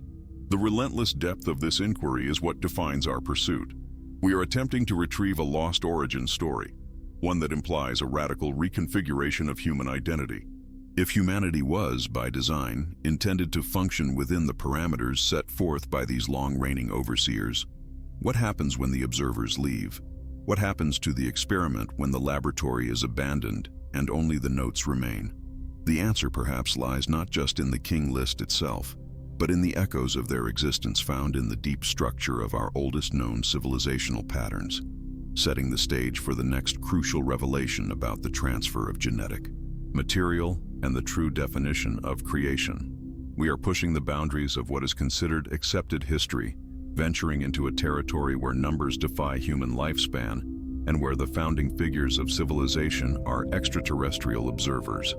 If you have been tracking this journey, contemplating these immense temporal shifts and the possibility of guided evolution, I urge you to stay connected to this investigation. Your curiosity fuels the continuity of this work. Please ensure you are subscribed to the channel, and if the ideas presented here resonate with the feeling of profound historical displacement, take a moment to hit the like button. For those who have reached this point, having absorbed the density of these implications, I ask you to comment below with the phrase, "The return is encoded." This signals your immersion and commitment to understanding the deepest layers of this ancient record. The next part of our exploration will delve into the specific methods of their influence and the immediate consequences of their eventual, planned departure. Do not miss what is coming next on your screen, as we prepare to fully address the challenge the Sumerian King List poses to the narrative of human origins. Is it possible for the human mind, conditioned by the fleeting span of a few decades, to truly grasp the meaning of 18 or 36,000 years, not as geological time, but as the duration of a single continuous reign? We have meticulously charted the mathematical impossibilities recorded in the Sumerian King List, the sheer, staggering longevity of the antediluvian rulers. Yet the true challenge posed by this document is not arithmetic. It is one of perception, a profound dislocation from the comfortable chronological scaffolding we have built to contain our own history. We are forced to step outside the familiar, stable orbits of our recorded past and confront a timeline constructed for beings whose experience of reality was fundamentally different from ours. The King List acts like a mirror, reflecting not our history, but our limits. When we read that Alulim ruled for 28,800 years in Eridu, the reaction is not mere skepticism, it is a psychological breach. How could a society obsessed with record-keeping and highly skilled in engineering and astronomy deliberately fabricate such an absurd chronology for their foundational heritage? If it were simply myth-making, why the precise, tedious accounting? Why enumerate 8 kings and assign them specific, impossibly long durations totaling hundreds of thousands of years before the great catastrophe washed the slate clean?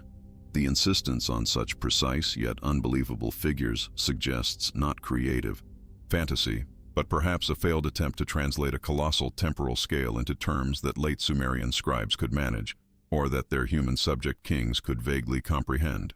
This relentless duration, however, demands we ask, what kind of biological or technological framework sustained these reigns, and what did the passage of millennia signify to the Anunnaki themselves, those beings of celestial provenance whom the texts imply were the true source of this longevity? The ancient world understood cycles, the daily death and rebirth of the sun, the monthly phases of the moon, the annual turning of the seasons. These cycles define human time. But the Anunnaki's reign, spanning millennia, suggests an entanglement with cycles that operate on a far grander scale, perhaps the great astronomical cycles, the slow, imperceptible drift of the precession of the equinoxes, a cycle that takes nearly 26,000 years to complete. If a single reign aligned with the duration of one or slightly more than one precessional cycle, then their measurement of time was not dictated by the harvest or the human lifespan, but by the grand sweeping mechanics of the solar system. Their year might have been our millennium. This recognition moves the King List out of the realm of human legend and into the territory of cosmic record-keeping, suggesting the reigns were not counted in solar returns, but perhaps in major planetary alignments or orbital returns of their home world. This brings us back to the moment of dislocation, the flood, which serves as the chronological hinge of the text. The kingship was taken back to heaven, and then, after the deluge subsided, the kingship descended again. This is not just a restoration of order, it is a technical intervention. It confirms a crucial pattern.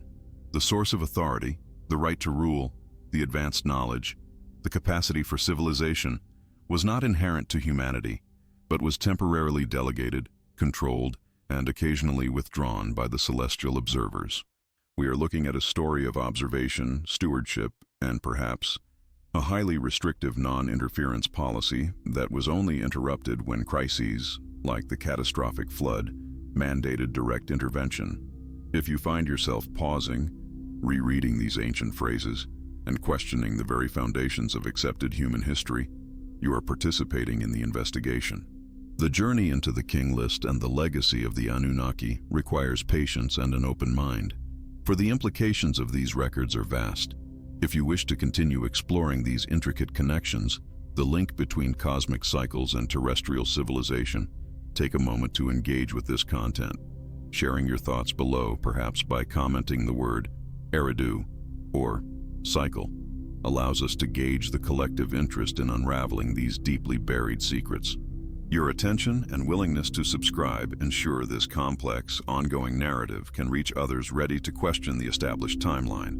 The purpose of the King List's meticulous preservation now starts to appear chillingly pragmatic rather than merely historical. It served as the legitimate lineage, a title deed to the planet, documenting that human civilization was built upon a non-human foundation. The scribes, maintaining these fragile clay tablets through millennia, may have done so not out of devotion to a human dynasty, but out of fear, a recognition that these records proved their compliance and provided the necessary historical context for the return or the next cyclical intervention of the original rulers. It was a promissory note, signed in the blood and toil of early human civilization, held in escrow by the temple priests. Consider the notion of the Watchers, the very term used across various ancient cultures to denote celestial beings assigned to terrestrial duties. The Anunnaki, the princely seed of heaven, were the primary watchers over Mesopotamia. What if the excessive longevity was essential not merely for prestige, but for data collection? A life measured in tens of thousands of years allows for the observation of geological shifts, the long-term effectiveness of resource management, and the slow, complex evolution of a primitive species, humanity, that was, arguably, engineered or significantly uplifted by them. Their long reigns were perhaps necessary to complete their mission parameters on Earth, parameters tied to timelines utterly incomprehensible to us. The geometry of this timeline bends further when we look at the post-flood era. Though the reigns shortened dramatically, dropping from tens of thousands to hundreds of years, the implication of the Anunnaki's influence does not vanish. Kings like Gilgamesh, though humanized in later epics, are still described as possessing divine or semi-divine lineage, maintaining a critical link to the celestial founders. The King List transition from pre-flood impossibilities to post-flood hyper-longevity, still far surpassing normal human lifespan, shows a gradual weaning process. It suggests a deliberate stepping back, a slow withdrawal of direct technological or biological support, allowing human sovereignty to develop while still being overseen. The shadow of the previous rulers remained long, literally coded into the genetics and the political structure of the first city-states. The burden of inheritance becomes clear. Human kingship was never absolute. It was a delegated authority, a temporary mantle held until the true owners decided to reclaim or reassess their property. Every great Sumerian city, from Kish to Uruk, operated under the implicit understanding that their authority ultimately derived from the Enlil or Enki, the major Anunnaki figures. The meticulous care taken to build ziggurats, massive structures designed as waiting rooms or stepping stones between heaven and earth, reflects this pervasive sense of temporary stewardship. These structures were not simply religious temples. They were, fundamentally, welcoming beacons built for the returning landlords. Let us revisit Eridu, the first city where the kingship descended. Eridu, often associated with Enki, the master of wisdom and the deep waters, the Abzu, was not chosen arbitrarily. It was a designated nexus point, perhaps chosen for its specific geographical or energetic coordinates, or because it represented the best access point for beings accustomed to traversing vast distances. If the King List is a record of extraterrestrial observation and management, then Eridu is the documented landing site, the primary operational base for the initial project. The ruins of Eridu, buried under the Mesopotamian sands, might still hold the residual signature of this initial, non-terrestrial occupation. A silence in the archaeological record that speaks volumes about things we are currently unable to perceive or measure. And this brings us to the language of the silence. What do the Sumerian texts omit? They are incredibly detailed about rituals, trade, and even mundane bureaucratic life. Yet they are curiously mute on the technology of the Anunnaki. They describe the effects, the vast constructions, the sudden rise of agriculture, the immense power, but not the mechanisms. This silence is not due to ignorance, it is due to a barrier of comprehension. The ancients documented miracles because they had no language for the science behind them. The King List, with its temporal distortions, might be a side effect of this same phenomenon, an attempt to categorize and historicize lives lived through means far beyond the Sumerian vocabulary. The absence of a detailed technological appendix is the clearest evidence that the civilization builders were not from this developing civilization. We are hunting for a forgotten signal buried beneath layers of mythology. Modern science tends to filter the bizarre chronologies and divine lineages as mere noise. But what if the noise is the signal? What if the impossible numbers, the 28,800 years, are a cryptographic key, a date marker tied to an astronomical occurrence that dictates the Anunnaki's cyclical presence or return? Recognizing the King List as a potential astronomical or cyclical warning, rather than a flawed historical document, is the threshold of understanding we must cross to grasp the true weight of this record. This investigation is far from over. We must now prepare to confront the most profound implications of these findings. What happens when the appointed cycle ends, and the ancient observers decide to reassess the status of their delegated human stewardship? If the scale of this ancient mystery, connecting celestial cycles to the dawn of our civilization, has held your attention throughout this deep dive, then you are essential to this ongoing investigation. This kind of research, pulling against the grain of accepted history, thrives only with dedicated engagement. To ensure you don't miss the critical final stages of this narrative, where we analyze the possible conditions of the Anunnaki's long-prophesied return, please consider subscribing and giving this video a like. Let the digital record reflect your commitment to uncovering this truth. We must continue to analyze the mechanisms of their departure to understand the conditions of their promised reappearance. For those who have journeyed this far, this moment demands deep reflection. Tell us, in the comments below, what specific aspect of the promised inheritance of the Watchers you find most compelling, and prepare yourself for the final, necessary confrontation with the evidence. The next step in this journey demands we look not just at what the King List recorded, but what it deliberately concealed, and what that concealment tells us about the future of human autonomy. What if the most profound deception in human history wasn't a lie of omission, but a truth that simply refused to fit inside the confines of our established chronology? We have spent these previous journeys examining fragments of clay, dusty tablets unearthed from the Mesopotamian sands, artifacts that stubbornly insist on a history far grander, far older, and governed by intelligences far different from our own. The Sumerian King List, that stone whisper of impossible reigns and divine descent, stands now not merely as an archaeological curiosity, but as the central cipher in a relentless questioning of who we truly are and where we came from. We began by observing the anomaly, those reigns stretching across hundreds of thousands of years before the flood, and in this final chapter, we must confront the implications of that anomaly, allowing the strangeness to settle into a cold, hard recognition. If the list is a historical document, even one filtered through generations of myth and cultural interpretation, then the very foundations of human development, the slow, linear progression from cave to city, must be fundamentally flawed. The realization is unsettling because it demands that we accept the existence of what must be defined as pre-human history, a time when the governing powers operated on scales that defy terrestrial understanding. This is the moment the intellectual curiosity shifts into deep, pervasive disquiet.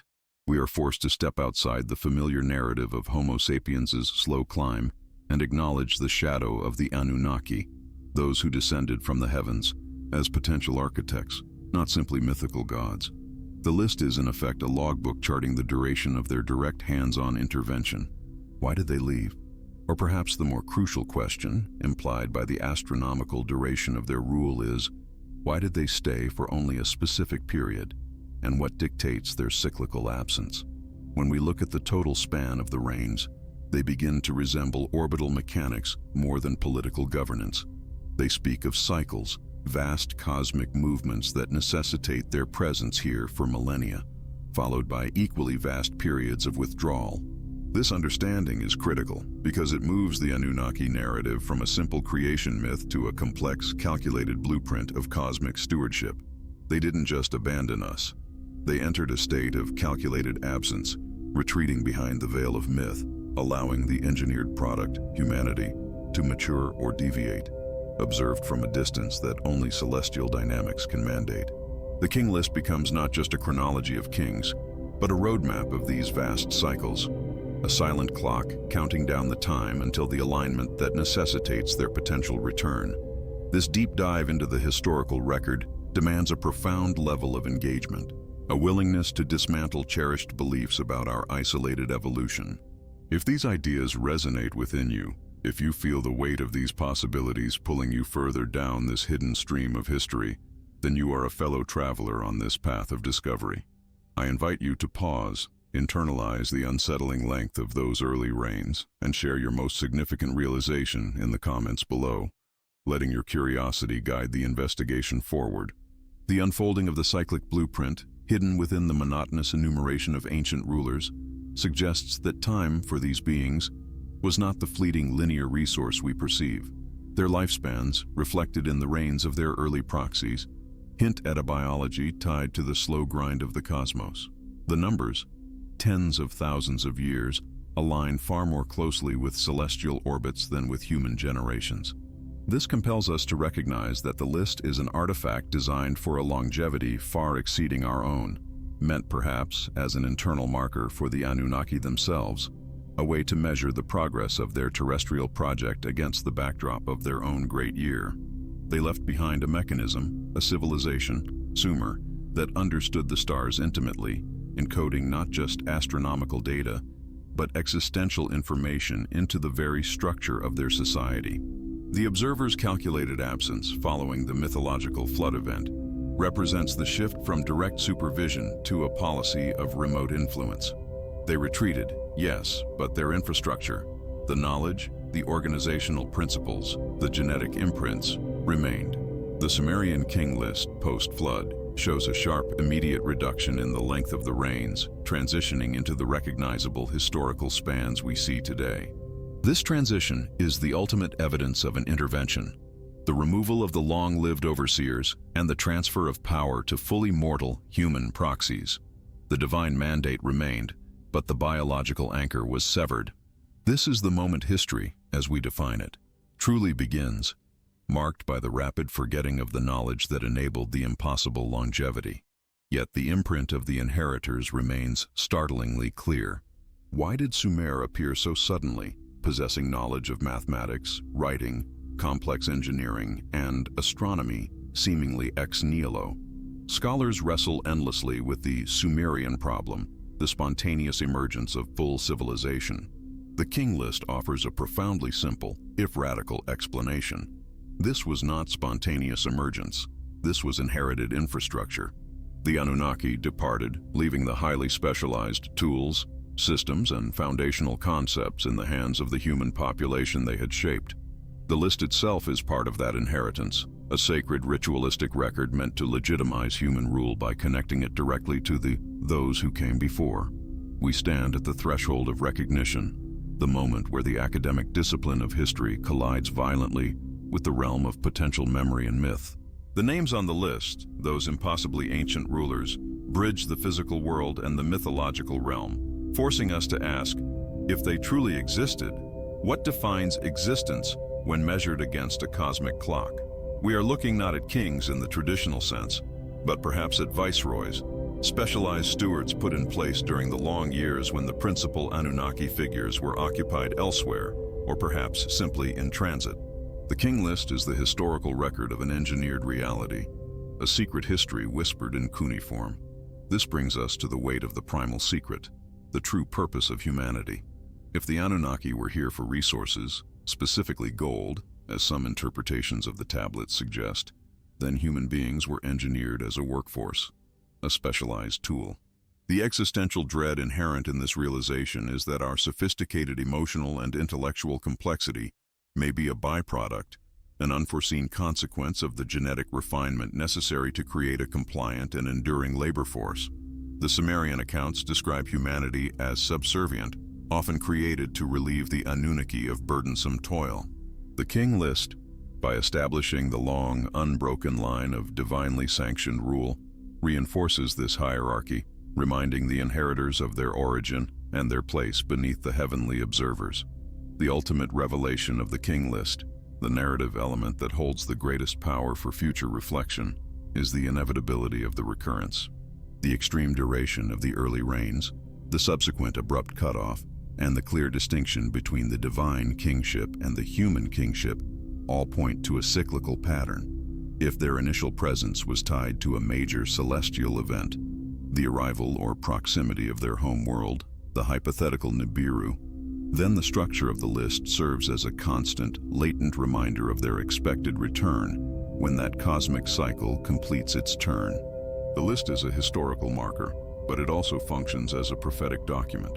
Every time history repeats a pattern of profound societal upheaval or technological acceleration, we must consider whether we are nearing the critical junction marked on their calendar.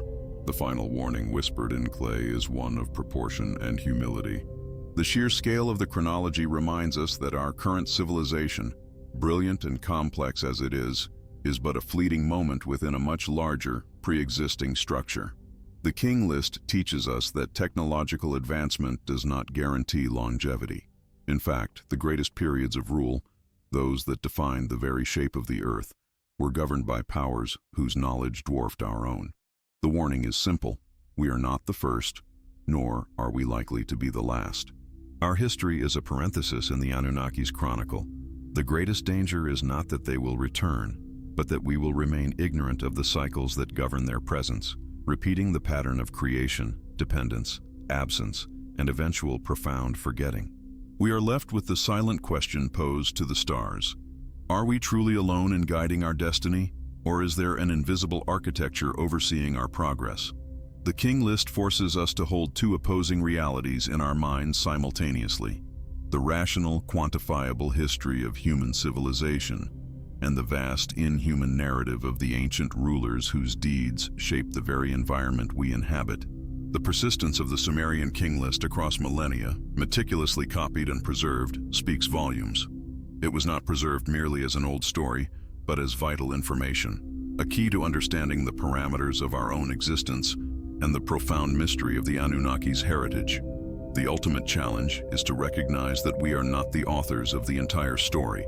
We are characters in a script written long ago, waiting for the next act to begin. This journey through the Sumerian King List has been an attempt to bridge the gulf between myth and historical probability, to allow the impossible numbers to speak truthfully about the possibility of non-terrestrial intervention in our deep past.